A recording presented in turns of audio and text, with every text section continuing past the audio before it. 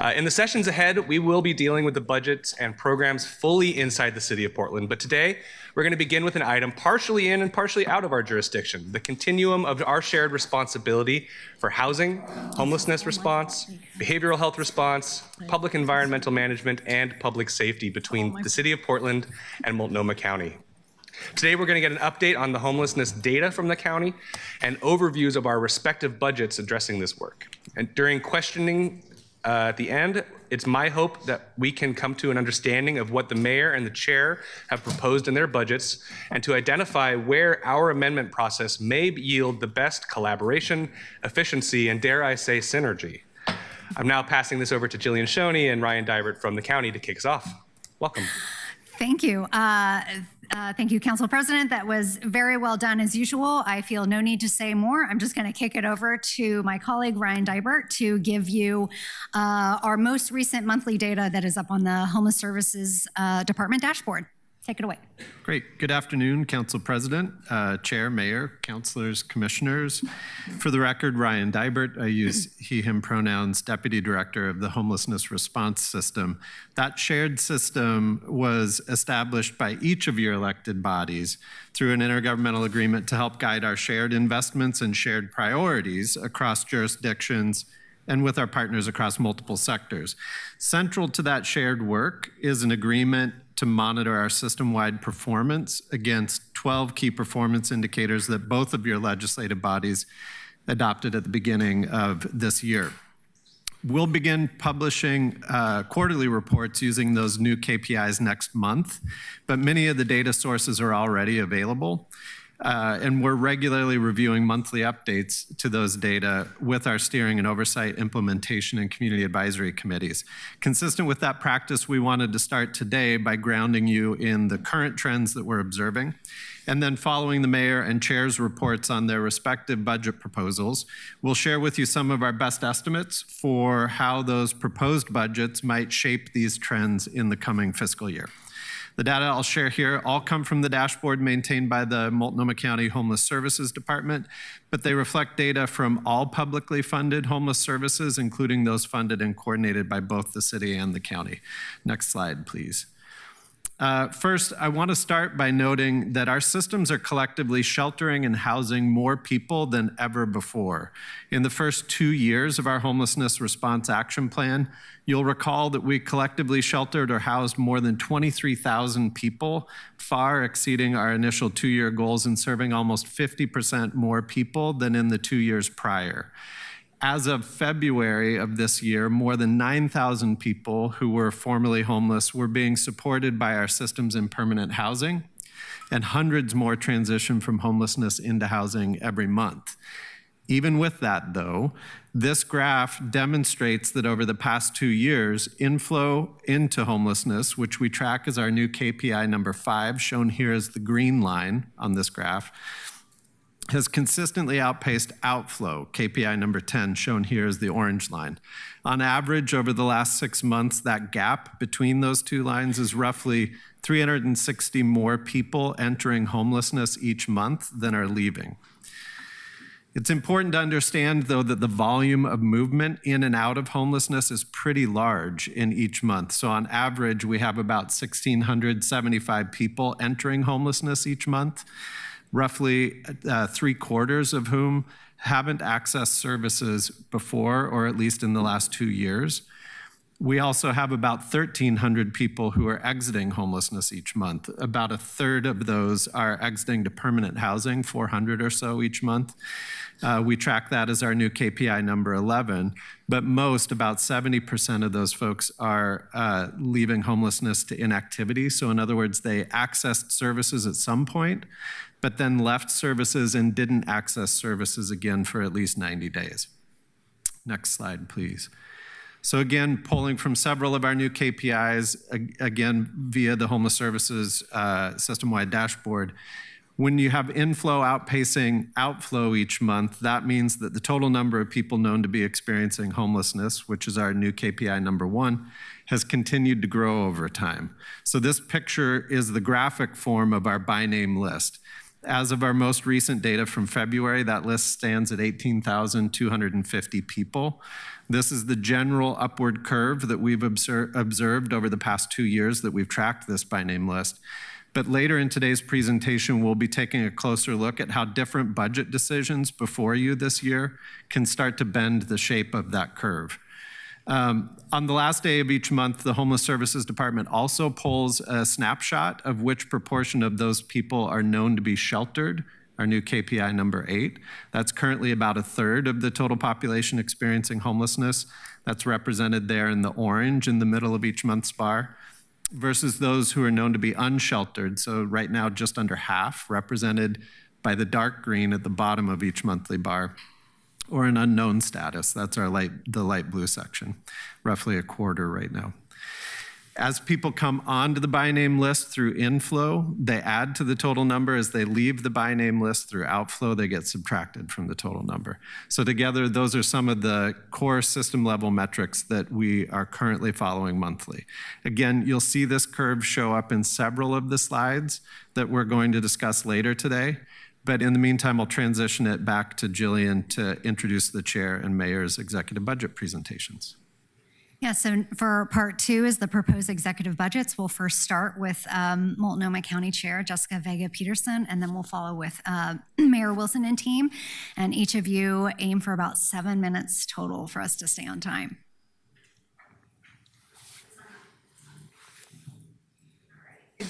Good afternoon, Oh, thank you. Thank you, Commissioner Singleton. Okay, thank you, everyone. Yep, I'll try to keep it to 7 minutes. So we'll go ahead and get started. So this, what I'm going to talk about today is just give an overview. And I think all of us are aware that this is a really tough budget cycle. There were tough decisions to be made, hard decisions. There were no easy or good decisions that to be made in putting the budget together. But this is really,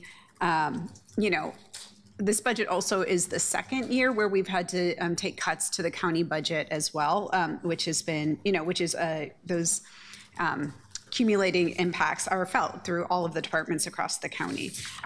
So I wanted to highlight some facts here on this slide, just overall about the county budget.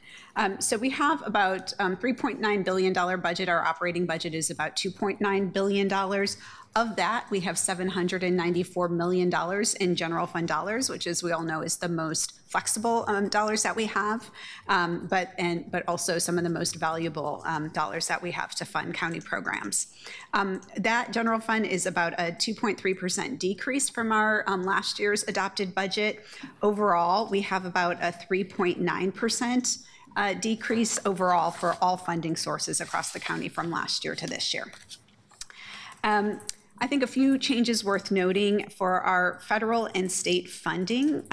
There is the $94.2 million decrease is primarily from $64.7 million decrease in Homeless Services Department and a $2.8 million reduction for the Health Department. So that's where we're seeing some of those impacts for state, federal, or other government cuts. For the Supportive Housing Services Measure Fund, we have a $20.4 million decrease in this fund, and that's a combination of the Metro's most recent forecast, which was revised downward, and by about $2.4 million, and a reduction in the assumed carryover of those one-time only dollars that we've had from year to year in previous years. We have an increase in some funds, including the Preschool for All Fund, and we have the Multnomah County Library Capital Construction Fund. This is a significant decrease, but that has to do with the fact that we're actually building our libraries, and we invite everyone to check out our new East County Library in Gresham, Oregon, when it's open a little bit later next month. Yes, just in case you're wondering. We have the majority of our FTE decreases actually in the Health Department, in our Department of Community Justice, which does parole and probation and juvenile, and our Department of County Assets. The reductions incorporate state and federal rebalances that we have taken over the course of the past fiscal year. And we are fully funding our reserves for both the general fund and the business income tax. Okay, next slide.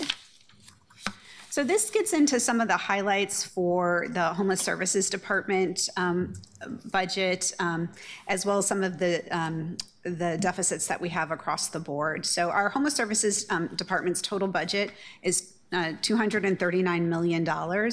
We also have some SHS dollars in other county departments that total about $16.8 million. There are county general fund investments in my budget that support our overall homelessness response system that are reflected in the Homeless Response Action Plan. So these investments exist across the county to support all aspects of our system that commits to providing the services someone needs to leave homelessness or to never have to experience it in the first place.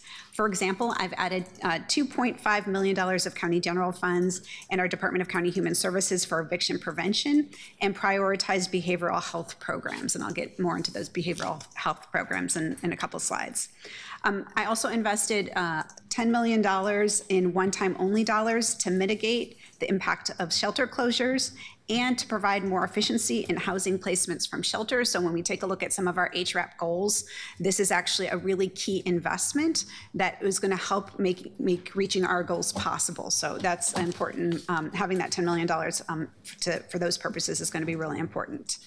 I will say that and then we do have the $67 million gap in homeless services. Part of that is explained by the revisions of the budget and the SHS funding that I talked about earlier. And some of it is from the changes in the agreements of the city dollars that we had previously received. All right, next slide. So as we were putting together the Homeless Services Department budget for both the department and myself, our key principles in this were really keeping people housed, prioritizing housing placements, and maximizing shelter effectiveness. I wanted to make sure that no one would lose their county-supported housing due to a cut in our budget. We have nearly 9,000 formerly homeless neighbors in this county who are sustained right now in short and long-term housing. And so keeping those folks housed was a huge priority for me. We want to make sure that the progress that we've made is going to be kept. In prioritizing housing placements, that is essential to ending someone's homelessness permanently. It's an intentional strategy informed by the recent county report on shelter outcomes, which shows that by increasing the outflow of people from shelters into homes, we can ensure a better balance in our homeless services system and more effectively use limited resources. And that truly will enable us to reach our goal of resolving homelessness, placing people in permanent housing with the services they need to stay there. And then I already mentioned in terms of maximizing shelter effectiveness, the importance of that $10 million one-time only investment to improve the efficacy of shelter placement into housing. Next slide, please. Okay, this is taking a look at our Homeless Services Department overall. I gave that total a little bit earlier. We do have some contingency dollars in there. There are,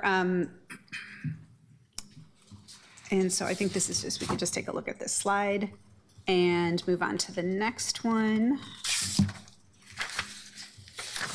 Okay. So what we wanted to do is to really make sure that we are building on the success that we've had before. So right now, we know that we are moving more people off the street into housing than ever before.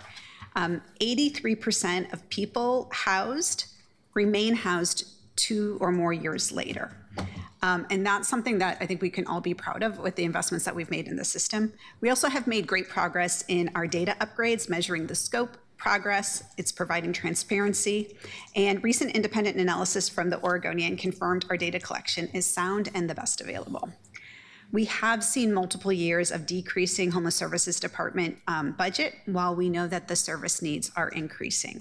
So we really need to focus, and my focus this year was on the better balance between prevention, shelter, and housing. And that's one of the great things about having the homelessness response system is that coordination across departments with Portland and our other cities and partners to avoid duplication. We know that we have record evictions this year. Investing in ongoing rent assistance and prevention are 2 of the ways in this budget that we're addressing that. There is 1,677 24-hour, 7-day-a-week shelter beds that are preserved, including the new Harrison Village and an expansion of our DV shelter system. Let's go ahead and go to the next slide. I went through a couple of these talking points before, so we could take a look at that. I think one of those worth noting is that we are planning to house 3,119 people with county housing programs this year. Next slide. And I know I'm about out of time. I did want to get to the behavioral health investments, though. So for those struggling with addiction, this budget sustains a wide variety of substance use prevention, harm reduction, treatment, and recovery options provided by the county in collaboration with over 100 community partners. And that includes our Downtown Behavioral Health Resource Center, which has welcomed over 100,000 total visits since opening less than 4 years ago. My budget ensures that this critical program will not see a reduction in hours or days open. It also preserves core functions of our Corrections House Transition Services programs to ensure that individuals exiting jail have immediate resources and improved access to healthcare upon release.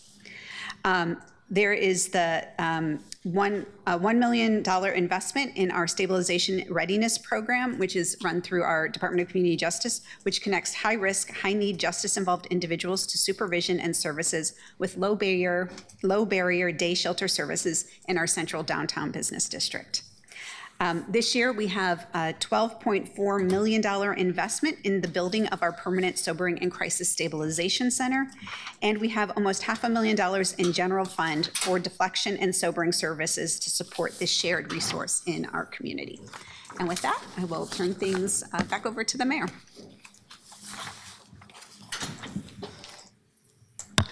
Thank you, Chair, and thank you to our Multnomah County colleagues for visiting us here today, and good afternoon to the City of Portland Council colleagues. Thank you for this opportunity and to these words on our budget.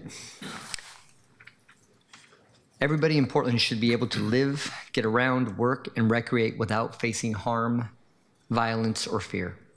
Public health and a sense of safety should be a universal right, regardless of age, race, religion, sexuality, national origin, disability, or their housing status. The City of Portland has stepped up to respond to the humanitarian crisis and most urgent challenges on our street.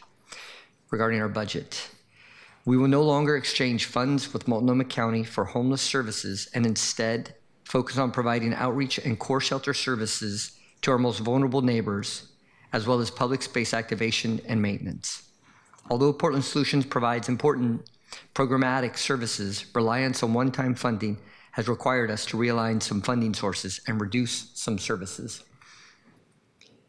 Those are our city shelter services will see a net reduction of 31%, taking the overall spend to just under $40 million.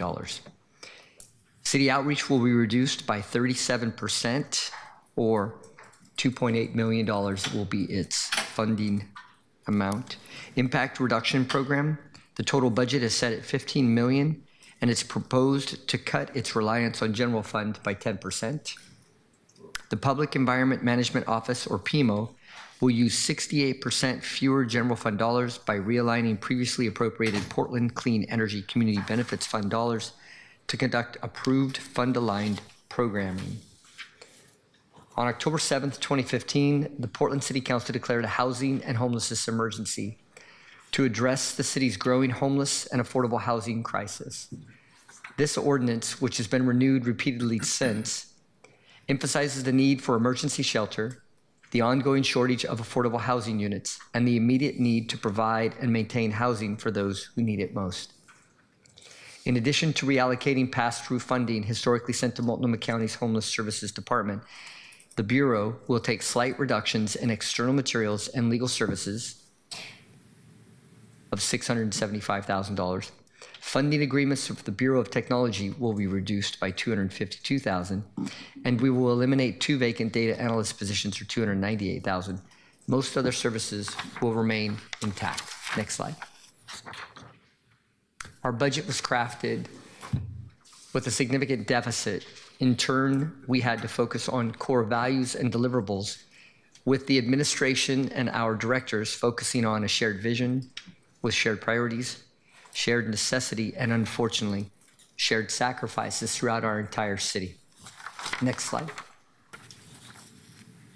A brief introduction as we begin to unveil the Portland's promise is a program in which we frame my approach to our investments today and in the future through the administration. And today we'll focus on housing, which is one of our 4 foundations, and I'd like to turn it over to Josh Roper in our Portland Housing Bureau. Josh, thank you. Thank you, Mayor Wilson. Good afternoon, councilors and commissioners.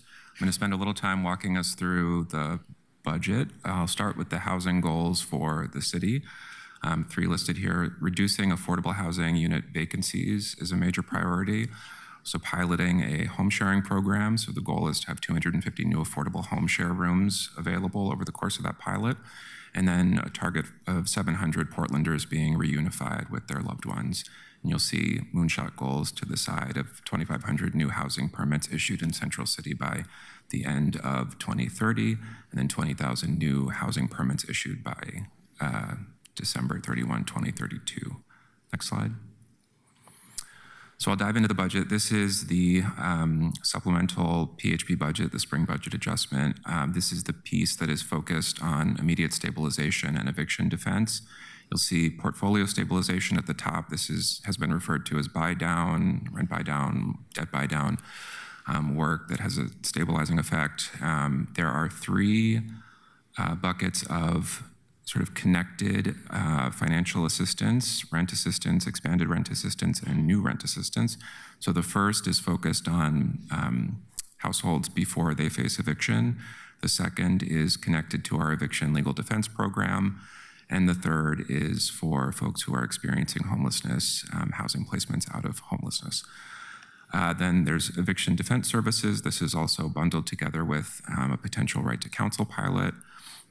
Down payment assistance for tenants. This is work that the Housing Bureau does already. So that will supplement current work. And then an expansion of our landlord and tenant education work with that last line. Next slide. And then a few other things from the same process. So there is a social housing focused revolving loan fund or acquisition fund. We have a new housing investment manager. I'm very excited about that. So she is already getting started on looking into how that will work. Broadway Corridor, Parcel 6 development, that's using TIF River District funds, and then gap financing for a specific project is the last item there. Next slide. And then zooming out a little bit, so $134 million for affordable multifamily development. Our affordable multifamily development program aims to produce and preserve regulated affordable housing for low-income Portlanders. It leverages city resources to finance the development and preservation of high-quality, long-term rent-regulated housing up to 99 years. It also leverages other resources beyond city coffers. And then a list of partners we work with, a non-exclusive list. Next slide. There's also an economic opportunity initiative in the budget for $2.1 million. This is funded using CDBG or Community Development Block Grant dollars, and it is administered by Prosper, so it's a pass-through to Prosper, and they administer that money. Next slide. Homeowner access and retention for $14.6 million. This program provides services and assistance that promote homeownership and housing stability for low to moderate income Portlanders. It prioritizes households and families who have been displaced or are at risk of displacement while strengthening residents' financial stability. This includes direct services, and we also administer subrecipient contracts with service providers to deliver services like home repair, and this also includes down payment assistance. Next slide. Our inclusionary housing program, this is both inclusionary housing and our development incentives work. So that includes certain fee exemptions, property tax exemptions, bonus density, the administration of those programs. This promotes affordable housing and otherwise market rate developments, in particular inclusionary housing does that. And then it assists affordable housing developed and operated by nonprofit and for-profit partners through financial incentives, so filling gaps. And then it also supports the creation of more affordable home ownership opportunities for low to moderate income households. Next slide. The Rental Services Office, this is $27.3 million, and you'll see overlap with some of what I talked about earlier from the budget adjustment, spring budget adjustment. This is an office in the Housing Bureau that's responsible for research and policy recommendations, program development, and regulation related to landlord-tenant policy in Portland. It improves tenants' ability to access and maintain housing through policies for including contract management, application and screening rules, security deposit rules, and mandatory renter relocation, and provides direct services and contracts with a range of partners, some of whom are listed here. Next slide.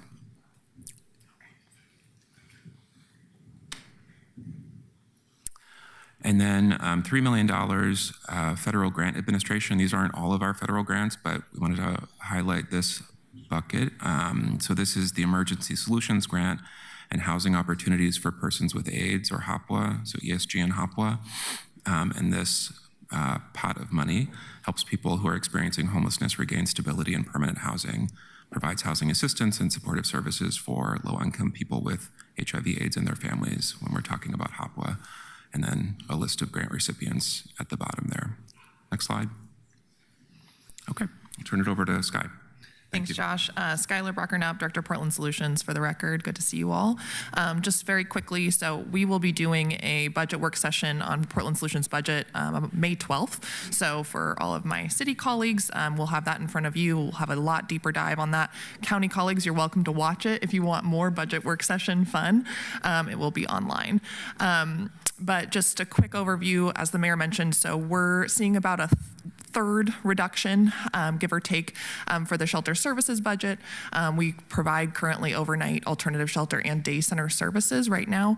And we've already had some news. So you all have gotten emails about our Northwest Northrop overnight shelter. We're still in legal negotiations on when that would close. So I'll let you know as soon as we have a finalized date. There's been some media on certain dates, but I promise you there's not a finalized date yet. The lawyers are still negotiating. So as soon as we know, you will know. But right now we're just figuring out when that ramp down period would be. The Centennial overnight shelter is ramping down right now for the end of this month, so it'll be closed later this week. We've had a long process with that organization as they've dissolved and will be dissolved at the end of this fiscal year, Sunstone Way. And then Weidler Village, you also got an email about, which is an alternative shelter that we are slowly closing down. It's the oldest Safe Rest Village in the portfolio. It has probably about 23 pods that are no longer usable. They're end of life.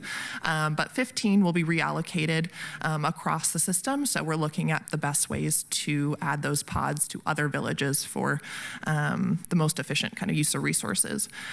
More to come on that as well. So we're still looking at what the total budget might be and what some different proposals would be from our shelter services team. That will be part of the discussion for the budget work session on the 12th. Next slide, please.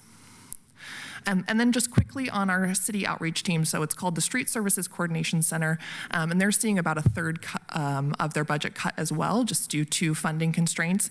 Most of that will be from a loss of a contracted outreach team. So we're retaining our city FTE, so it's about 9 outreach workers, and we're gonna be losing a contracted outreach service. But we're hoping to make it work. We'll dive in more during the budget work session on the 12th again, but I'll leave it there because I know we're tight on time. Thanks. Wonderful. Thanks to all of you. Okay, now to part 3, the impact of proposed budgets. So thank you, Chair, thank you, Mayor, staff. Our final section of the presentation is laying out a few scenarios relative to inflow and outflow. The goal of this exercise is to inform the investment decisions before you that y'all will debate and discuss over the next several weeks. Your final decisions will also lay the groundwork for the goal setting related to our new key performance indicators that the SOC will take up later this summer, after all of you collectively set the trajectory. Before we get to those scenarios, I'm going to explain in very brief how we estimate projected inflow and outflow because they are different. Next slide. So first, a reminder that we don't completely control inflow. There are a variety of factors that directly or indirectly influence an individual or a family's ability to stay housed. What we've done here to illustrate that is pull a variety of news headlines, of recent news headlines, stories about layoffs or low wages or not enough work in the face of rising costs of living, impeding a family's ability to pay that rent, manage increases in food bills, utility bills, gas bills, costly health events, trauma that happens, such as domestic violence. I think all of you are very well aware of that. And if you read through the first part of Portland State's recently released Pathways report, it's the financial challenges and trauma that are the two leading common experiences that causes someone to become homeless. Next slide. In addition to that, there are the investment decisions made by other governments, the consequences of which land on our the doorstep of local government and the literal doorstep of members of our community. Recent examples include the state largely walking away from eviction prevention, the federal cuts to food assistance that have already affected tens of thousands of Oregonians, and the threat that HUD is about to walk away in large part from investments in permanent supportive housing. We here at the local level are asked to respond to the consequences of all those decisions, and we do. The city and the county both spend millions of dollars each year on eviction prevention, and County Human Services spends millions more on other stability programs to keep people housed, particularly households with children. But it's not enough to overcome what we can't control, as we see in our monthly inflow data. The big exception to this, and I want to give credit where credit is due, is that more deeply affordable housing is the leading homelessness prevention strategy, and I don't want to leave that unsaid. The city and the region do have measurable control over that, with Metro and the state as partners. We need to build more housing overall and correct for what the market will never build. BPS and PHB are putting a lot of time and energy and smart thinking into that right now, and they recently presented to the SOC last Friday, and it's all great, phenomenal work. So I want to say all that. So what all of this means is that it is impossible to predict with absolute certainty that every single household would have become homeless if not for our eviction prevention support.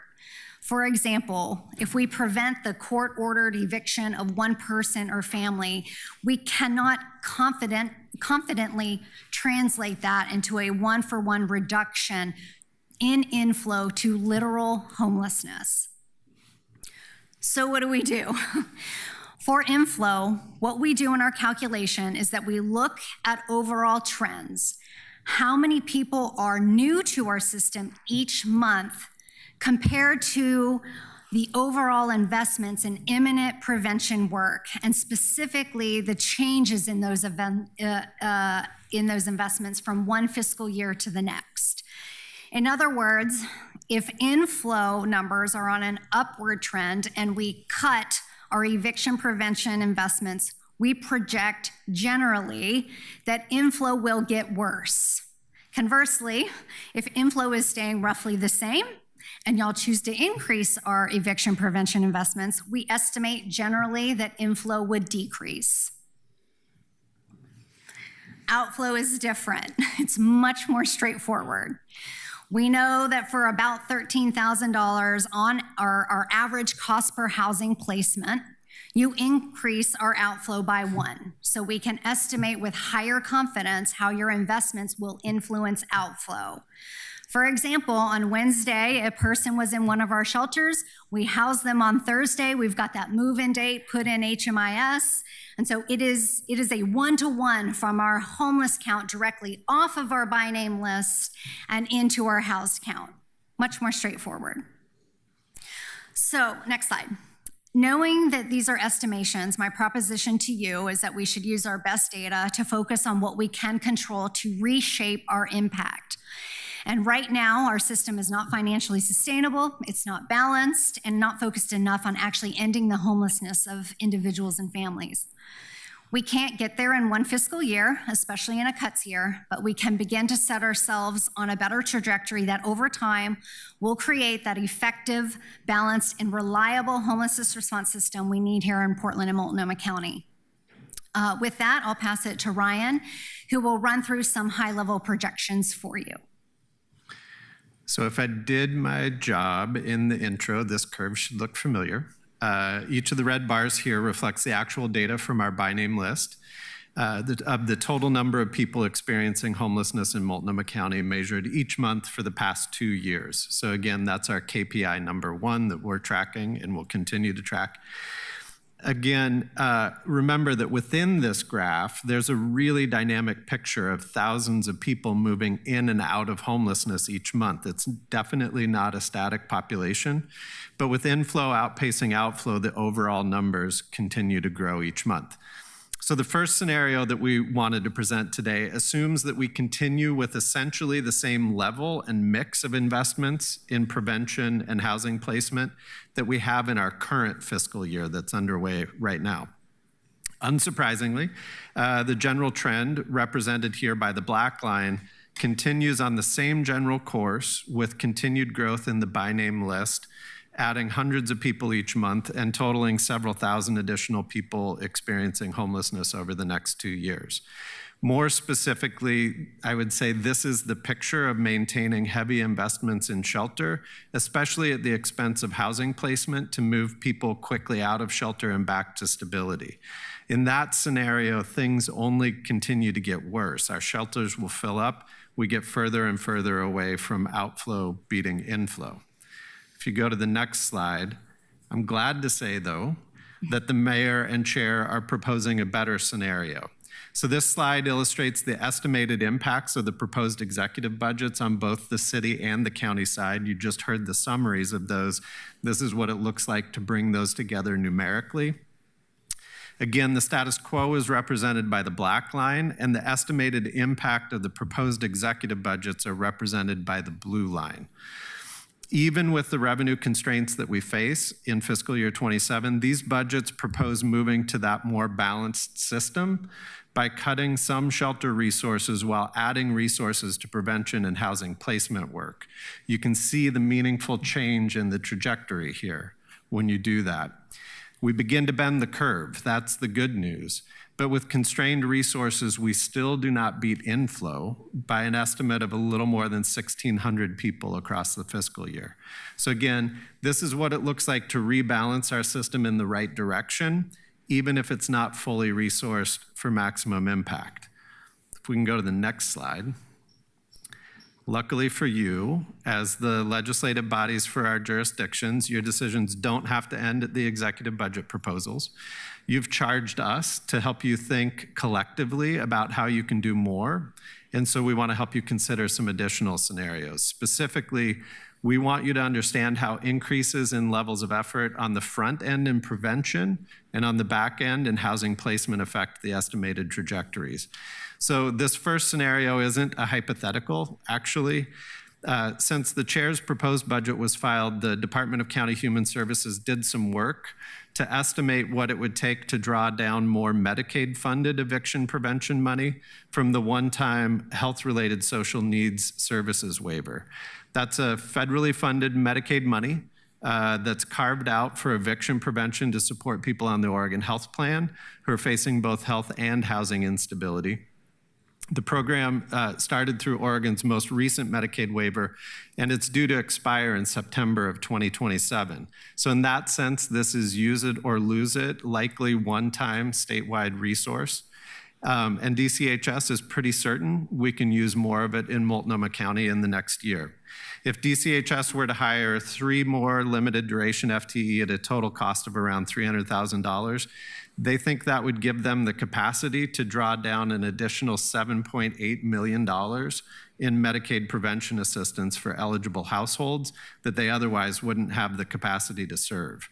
We estimate that the subsequent reduction in inflow would further bend this curve beyond the current proposed budgets should the county board decide to go in that direction. Again, the status quo is the black line, the proposed executive budgets are the blue line, and the dashed yellow line shows the estimated impact of that additional Medicaid prevention spending coming into our community. So again, inflow would still outpace outflow for the year, but less so than without the additional federal resources in the mix. Next slide. And then last, we want to demonstrate a scenario that builds on that additional Medicaid-funded prevention resource and adds an additional $5 million in investment in housing placement beyond the current proposed budgets. So that scenario is represented here as the green dotted line.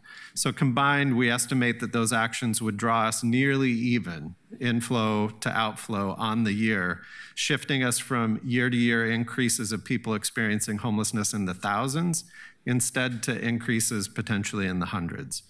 In several of those months across the next fiscal year under this scenario, you might see outflow outpacing inflow. And on average across the year, monthly inflow might outpace outflow by closer to 30 people compared to our current rates of about 300. So it's important to keep in mind that the outflow-focused housing placement investments are scalable too. So for each $5 million that you invest, it's reasonable to expect that you increase annual outflow by more than 300 people.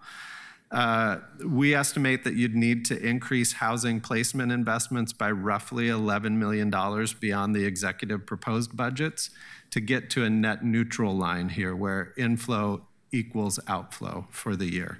Investments beyond that additional $11 million could actually bend that curve negative again.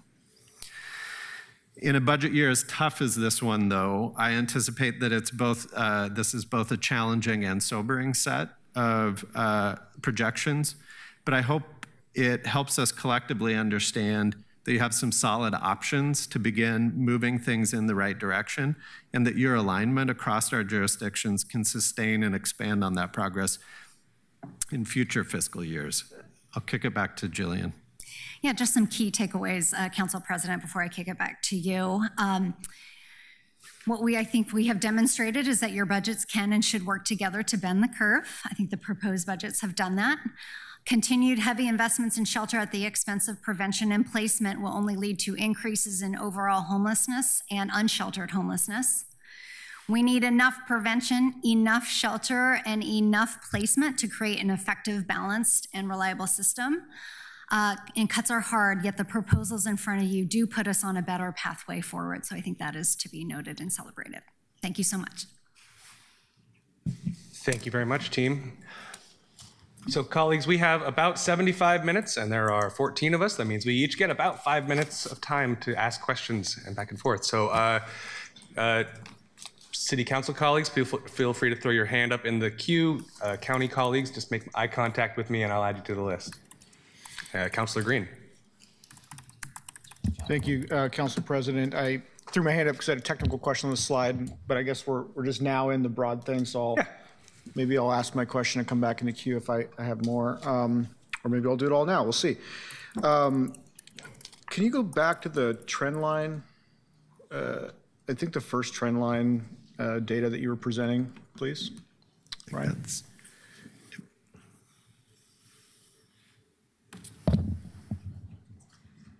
Yeah, that's it. Perfect. So my question is, on the predicted trend line, is that a sort of extrapolation of like the prior observations in this series, just kind of rolling it forward, or is it a fundamentals-based model? So what we're able to do is we look at the current trends in inflow, we project that forward. We look at our current levels of investment in moving people back into housing, subtract that from inflow, and that's how you get that line carried forward. Okay, I think that answers my question. It's a little hard to see that continuing on a straight line out that years. I understand forecasting is imprecise science, but if that's the case, that's alarming.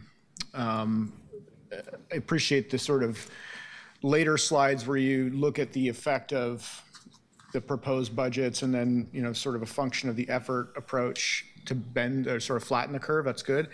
I want to make sure I heard you correctly, though. You said at the end of your presentation that for each $5 million that we invest, and I'm not sure exactly where we were investing, was it the sort of placement stuff? Mm-hmm. Okay, placements. Then for each $5 million, we reduce or we increase outflows by 300 people.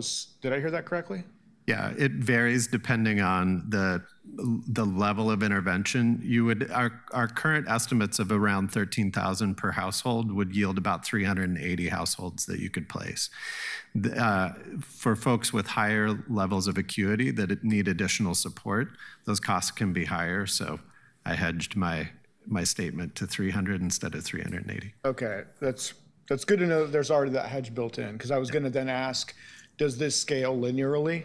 Like if you were to say, okay, 5 million gets you something, but does 10 million get you twice what 5 million got? Does $15 million get you 3 times what 5 million got? I sort of I feel like intuitively that there's going to be some bottleneck and scale issues there potentially. But the 300 versus the 350 is a way to kind of hedge that a little bit.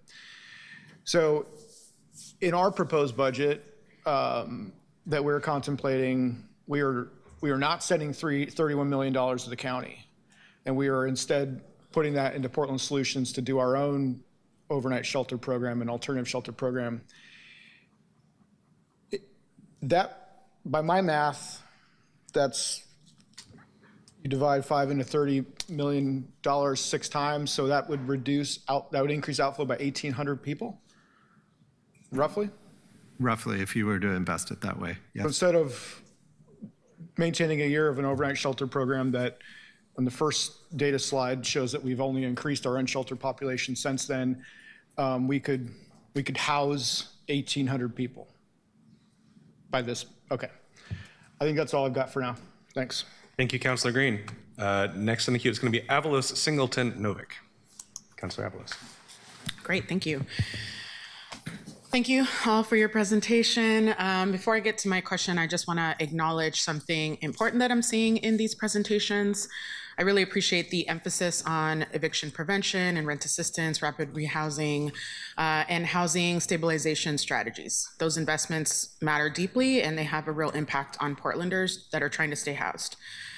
I also want to be clear that many of those investments happened because members of this council pushed hard for them during prior budget discussions and the spring budget adjustment that we just did last week or 2 weeks ago.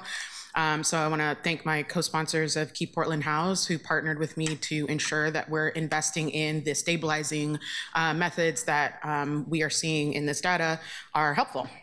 Because frankly, without those investments, much of what I see of the broader direction of the city's presentation is still heavily centered on shelter operations and public environment management, downstream crisis response. And so I think it's important that we recognize the distinction between investments that stabilize people upstream versus investments that manage the impacts of homelessness after they've already fallen into crisis. And what also stood out to me is that the data and projections that we were shown appear to reinforce the importance of those upstream investments. The presentations identify housing costs, wage stagnation, evictions, and broader economic instability as the major drivers of inflow.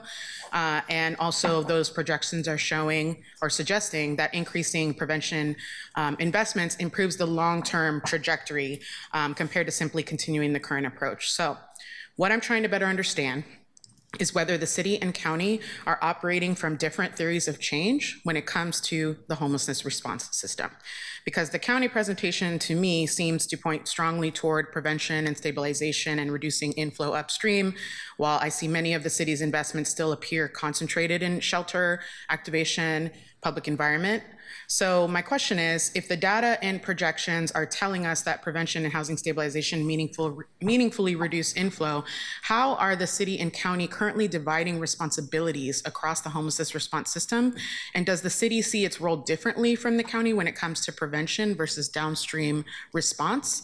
And just for time, I'll add my second part of my question, and anyone is willing or is able to answer. And then I also just in general worry that we are increasingly investing in managing the visibility of homelessness rather than reducing homelessness itself. So how are we ensuring that activation, shelter management, and public environment strategies are not crowding out investments in prevention, stabilization, and permanent exits to housing?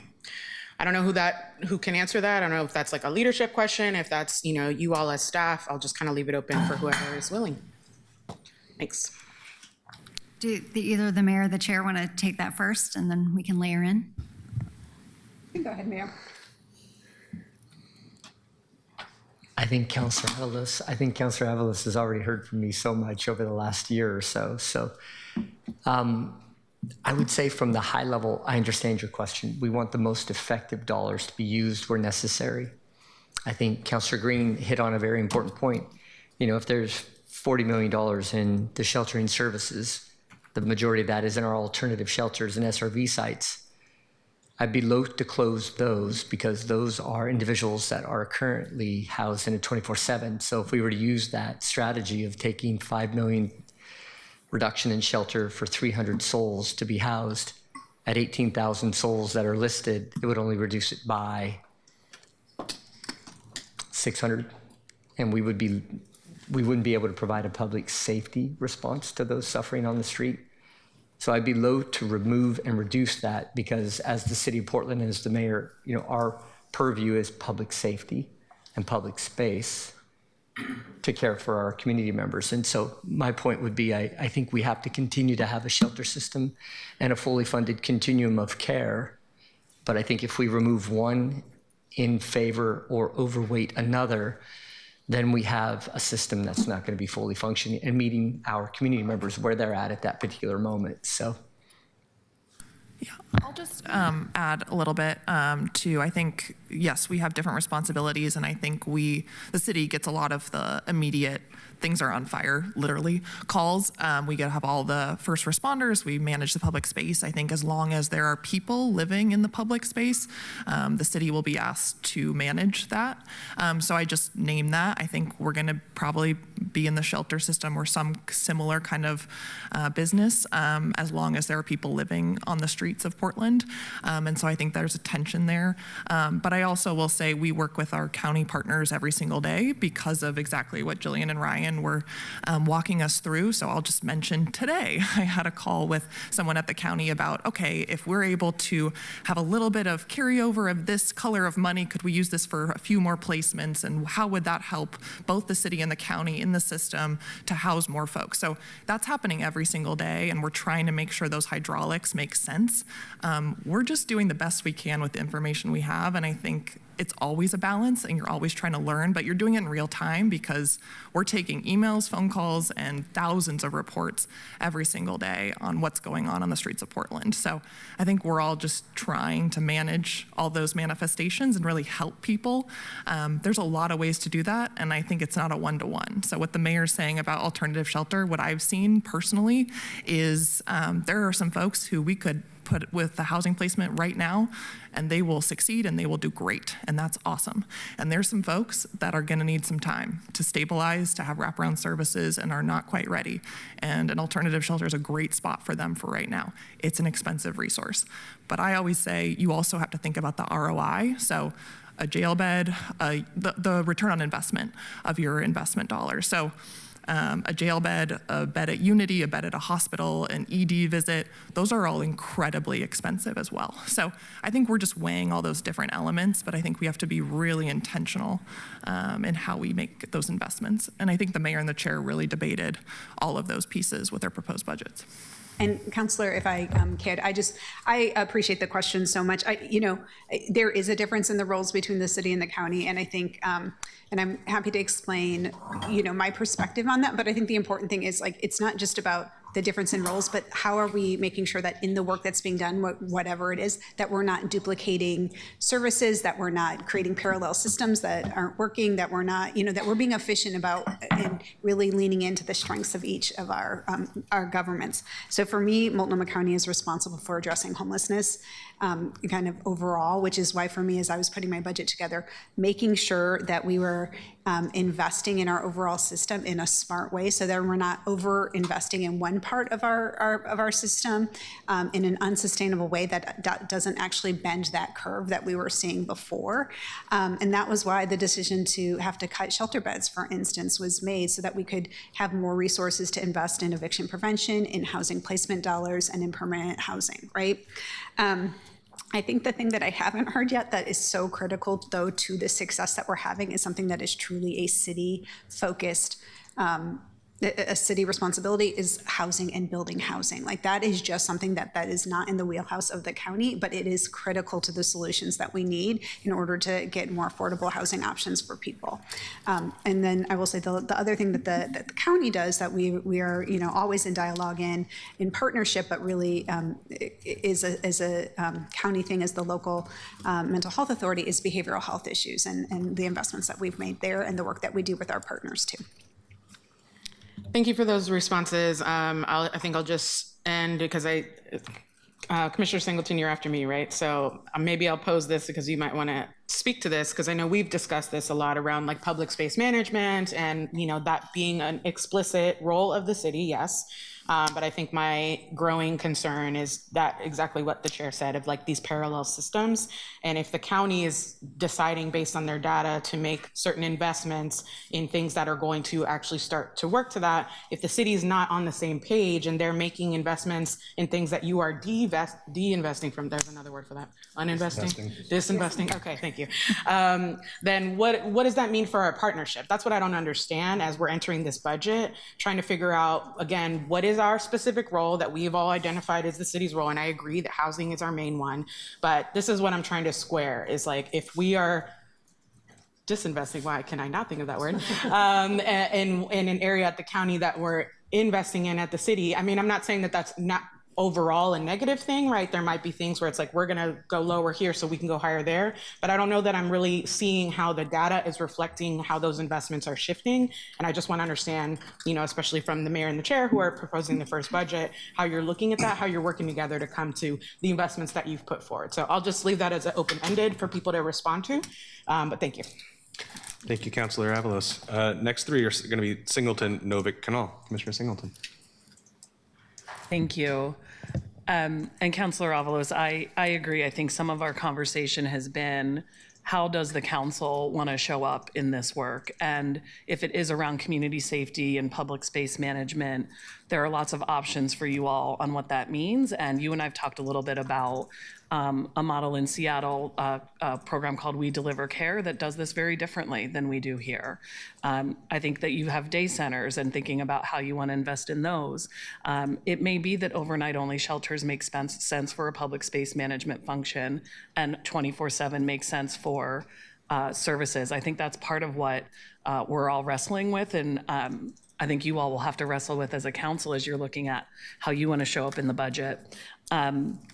But I do agree, the duplicative administrative structure is something that comes up not just in this part of the system. It is coming out as a core recommendation out of the eviction prevention work group that contractors do not want to continue having legal services contracts with both the city and the county. And our rent assistance contractors do not want to continue managing two contracts, one with the city and the county. So I do think we have to figure out how to say, you all do legal services and eviction prevention well, you pay for that. We do this part well, we'll pay for that. And if there's additional funds that need to pass through, then that's something we should consider. And I'd love to keep getting into the weeds on the actual numbers with you on that as all of our budgets progress. I do want to ask a couple of questions, and I apologize because the slides aren't numbered, so I'm just going to say it's the housing goals slide, and it talks about reducing vacancies in affordable units. I know on the last Steering and Oversight Committee, we heard that there's 1,600 vacant units in affordable housing. Do we know what the income level, the AMI level of those units are? I don't have that offhand, but we can look into it. Okay. I would love to look at what those, no, and if there's any at 0 to 30, like, okay, let's get those right now, right? We've got folks on fixed income who qualify for that. Let's move them. I'm concerned that most of them are in the 60% AMI level, and we know from our data that the folks in our homelessness services system are making maybe max 40% AMI. So they're still not making enough money to live in those vacant units. And we have got to reconcile, I think, as two bodies. Are we going to continue to subsidize in private market, or are we going to put subsidies into our affordable portfolio and buy these rents down so that we can serve more people? I think we have to have a more earnest conversation about that. And there's been a lot of, we've known about these vacancies for almost a year now, and I don't feel like I'm seeing a lot of movement on how we're filling them. And I think that you have day centers and thinking about how you want to invest in those. I don't know what is needed or if you all have an idea or a concept on what will move forward next. I know this is about budget, but I feel like if I need to make budget investments to activate those vacancies, I want to know that now. So I'm curious what the plan is or if there is a plan to address those vacant units. Yeah, I'll say you're right at a high level. I don't have the specific numbers, but it is primarily the 60% units, not the deeper affordability units. One piece is the budget adjustment, $8 million, that is focused on some form of buy down that it's meant to translate into lower rent. So that is an area that PHB has done work in already, and I think that investment will be meaningful. And there is broader work happening around vacancy activation led by the mayor and team. So there is work happening. It is a large undertaking to sort of shift these units toward usability for people experiencing homelessness in a meaningful way. Commissioner, I would also just share there's another table that's focused kind of on stabilizing buildings. So looking at the 20 buildings that are kind of most affected for a lot of different factors and reasons without getting too far into the weeds, and I'm happy to go through it with you at some point. But we looked at kind of BOET calls per building, and in some cases, it's averaging a call to 911 per unit per month. So that's really high. And so there's a lot of vacant units in those buildings, and we're trying to figure out how to stabilize and create some sense of security for folks, because we're hearing folks anecdotally are saying, I won't move in there, or folks who are living there are saying, we don't feel safe. So I think there's a couple different aspects that we're working on to try to make sure that we stabilize current buildings and then also move folks in. Thank you. And I definitely will get into the weeds with you, so I'll follow up. I would just say at some point we need to bring this to a case staffing level. I know there are plenty of caseworkers who have a handful of people that they are looking for apartments for. So to have high-level conversations about vacancies and not connected to the work on the ground is a disservice. So we should try to figure that piece out. My last question, at least for now, although I might have taken more than 5 minutes, are how many 0 to 30% units are in the development pipeline for the Housing Bureau right now? Sorry, I'd have to get back to you. Okay, no worries. And part of what I want to start getting at is that when we say affordable housing, I think community thinks we're talking about the deepest affordability. Yeah. And generally, when I've looked at the pipeline, it is maybe a couple of units in each building that are at 0 to 30, but the majority being in that 30 to 60, 60 to 80% income level, which is, these are teachers, these are workforce that most of this is built for. So we're not really addressing the need for folks exiting homelessness. And that outflow trajectory will never look different if we don't figure out the actual way for those folks to afford housing in the long run. At a minimum, people who are stuck on fixed income will continue to be at 0 to 30. So we've got to figure out how to get more development at that end. Thank you. Thank you, Commissioner Singleton. We have Novik Canal. Did Jones Dixon leave? Is he gone? He had to leave it. He had to leave about 15 minutes ago. Oh, shoot.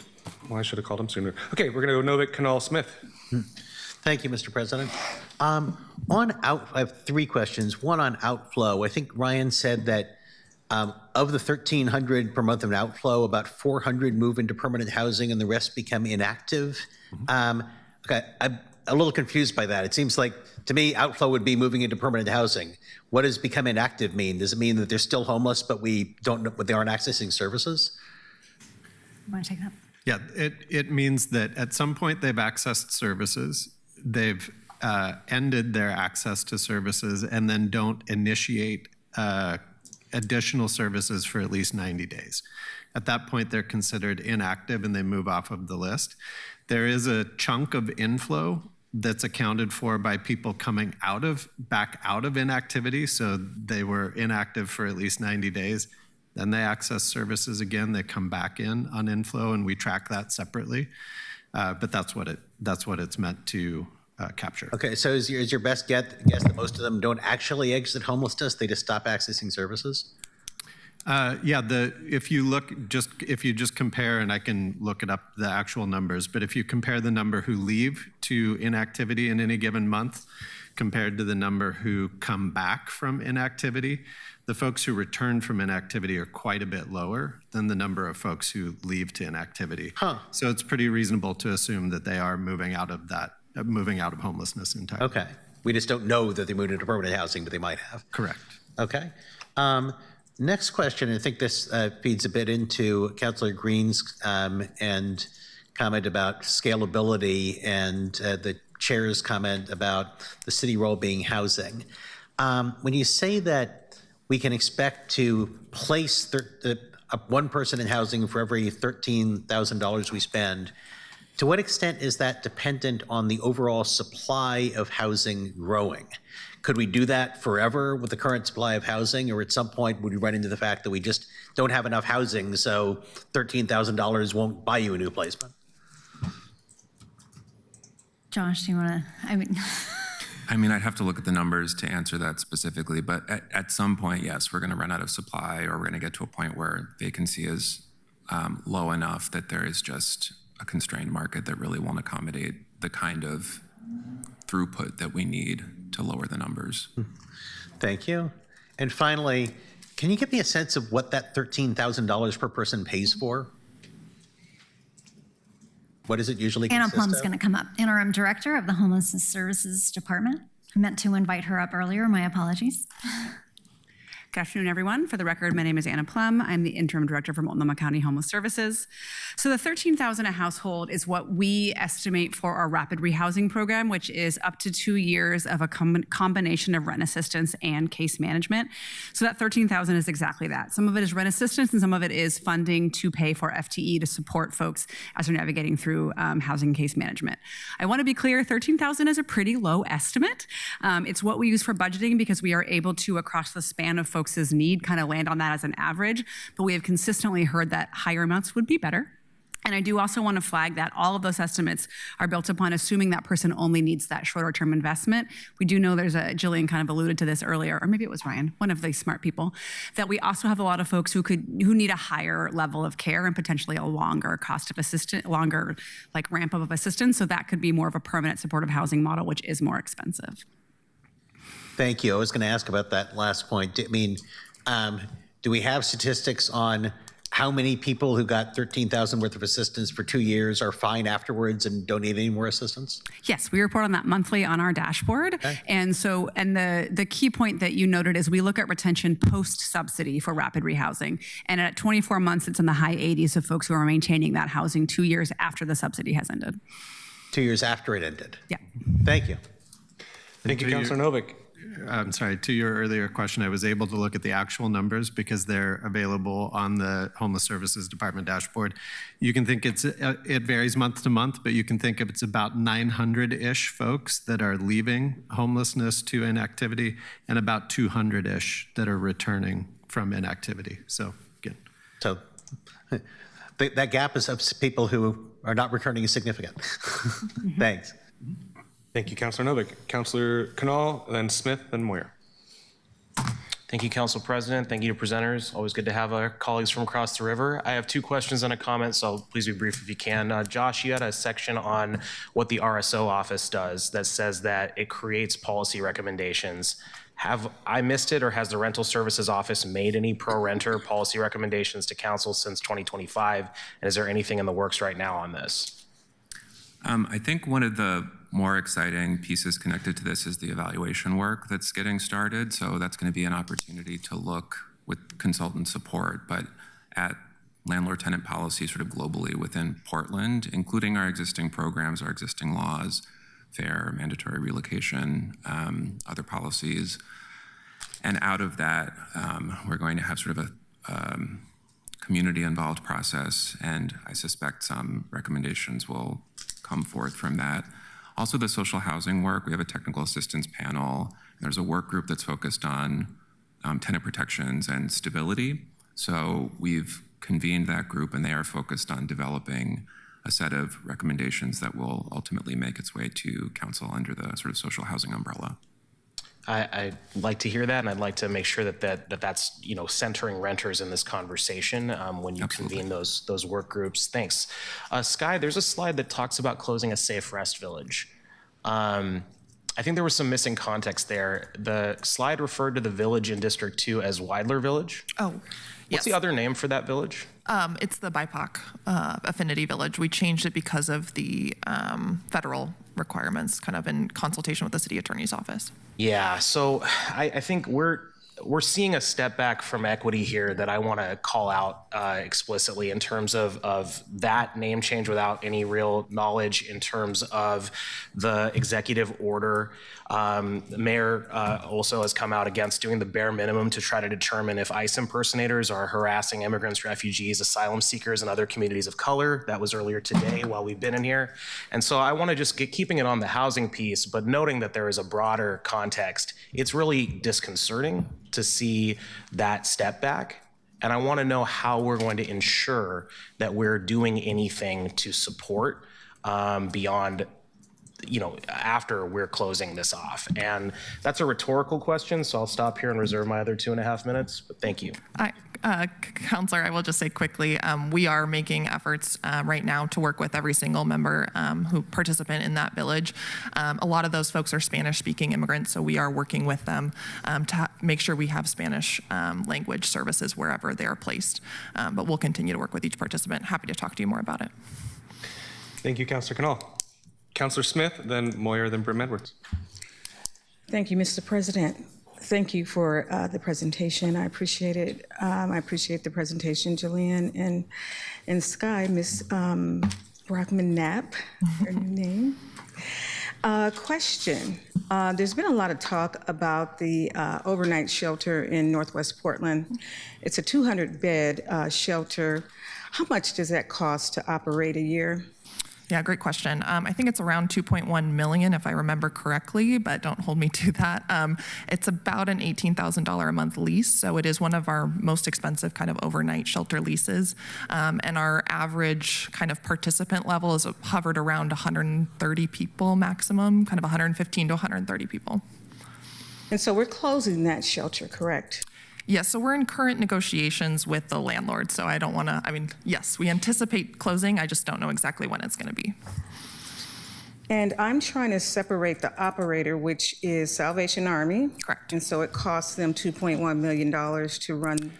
2.1 is the entire cost, I believe. So the lease would be a part of that and kind of any food service that they offer and bedding and materials, that kind of thing.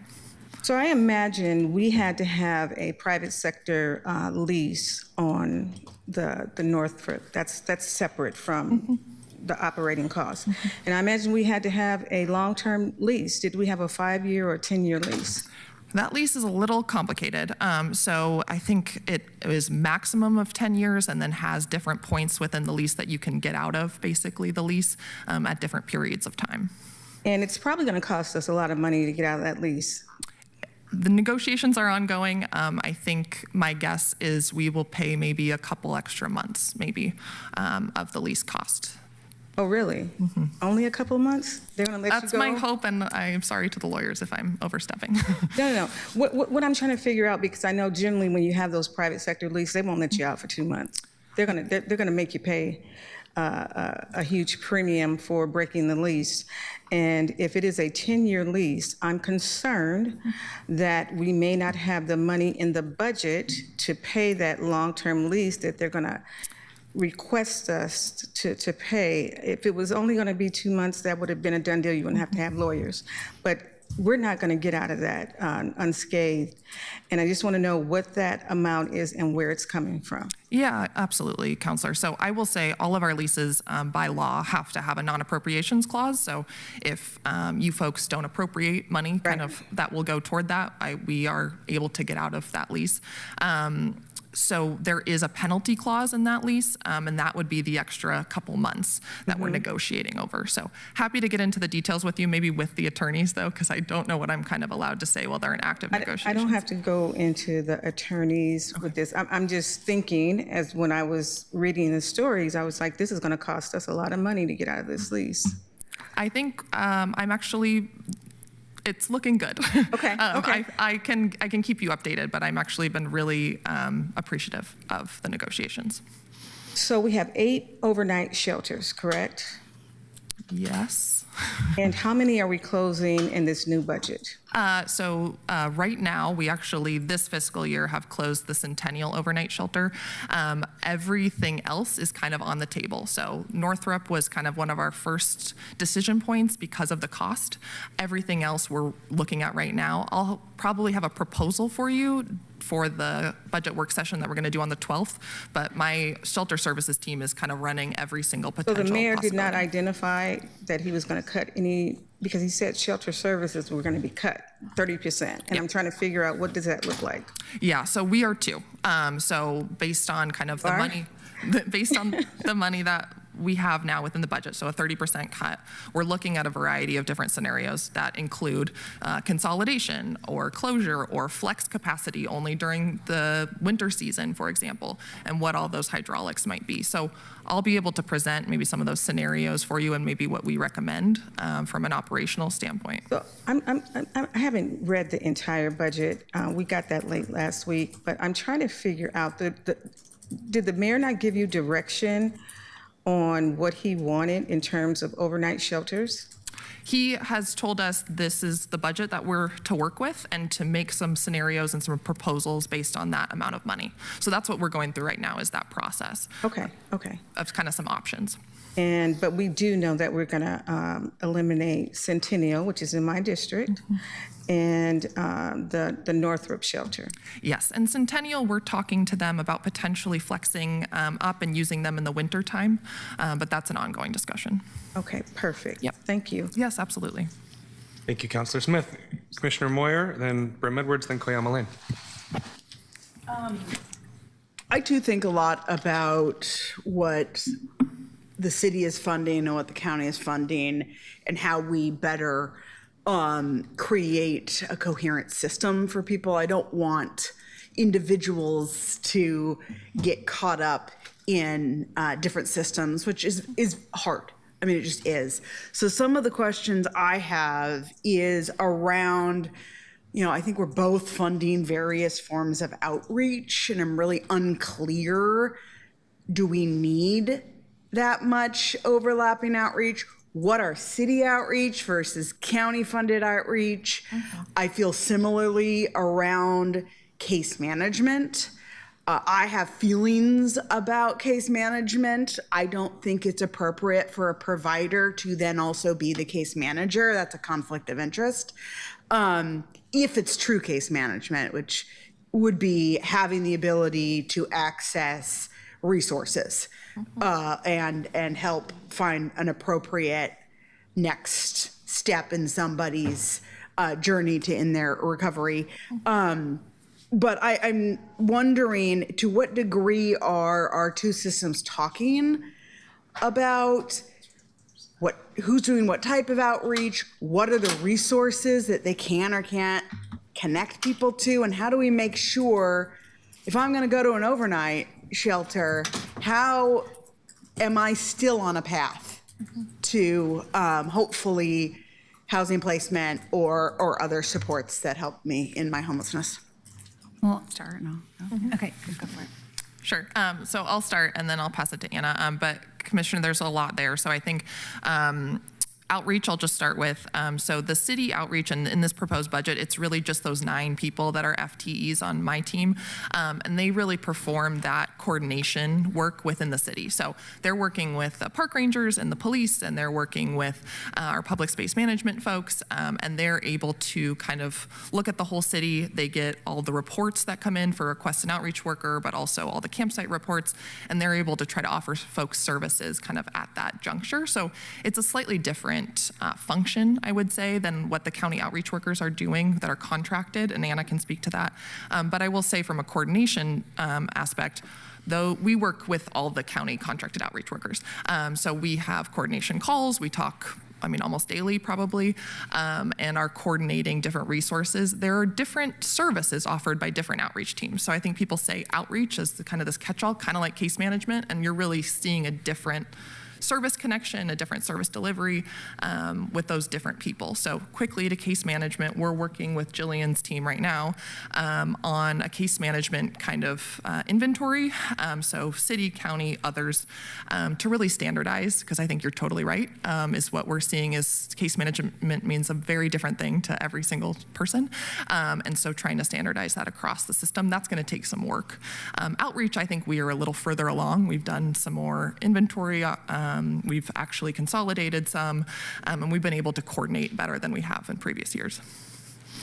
Yep, agree with all of that. I would just add that in addition to the case management inventory, the county is also working on an outreach manual, which will codify what we mean when we say outreach and what are the nuances therein and what are the goals therein. And we've collaborated with the city on that as well.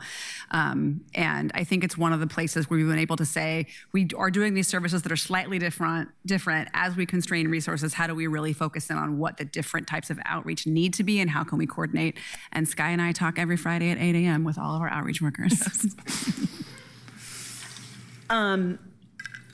Within the unhoused and sheltered population, we got some information, I think everyone's aware of it, where HealthShare was able to lay their utilization data and health record data on top of our by names list. And it was very, very clear that our shelters have people who, they may not be there every night, but had been in shelter. I think it was a couple month time period they overlapped. Over 50% or about 50% of people who have accessed shelters within that 2-month period had a pre-existing diagnosis of a severe and persistent mental illness. A significant portion also had a co-occurring substance use disorder. I'm not sure if I remember the data on people who were just self-identified as experiencing substance use disorder, but there is clearly a very significant connection with people who are experiencing homelessness and behavioral health. That's certainly an area that the county we talk about all the time. But I am interested because that population also tends to be unhoused longer, tends to live unsheltered more. What is the overnight only shelter approach to behavioral health need? And how are we thinking about those intersections when people are not receiving services? I think, both systems, we see it in our jail, so I am assuming the police are seeing this. And how are we coordinating and talking about how our two systems need to collaborate on behavioral health in our homeless community? Yeah, great question. Happy to go kind of in the weeds with you separately, but I'll just say a couple things quickly. So right now, I'm really excited about a potential partnership at one of our overnight shelter sites that we've seen a significant aging population and disabled population. So not necessarily the SPMI population that you mentioned, but we're partnering with the Behavioral Health Department and Aging and Disability and really looking at what we can do to connect folks to those resources. So just shout out to County Behavioral Health. Thank you. We're also talking to our day center locations and our outreach workers to connect folks to different resources. So my outreach workers, for example, are around every kind of shelter site in the morning. They're looking at folks that are exiting the overnight shelters in the morning and connecting them to resources when possible. So trying to make sure we have that connection point at that physical location, but also at those day center locations to be that connection to services.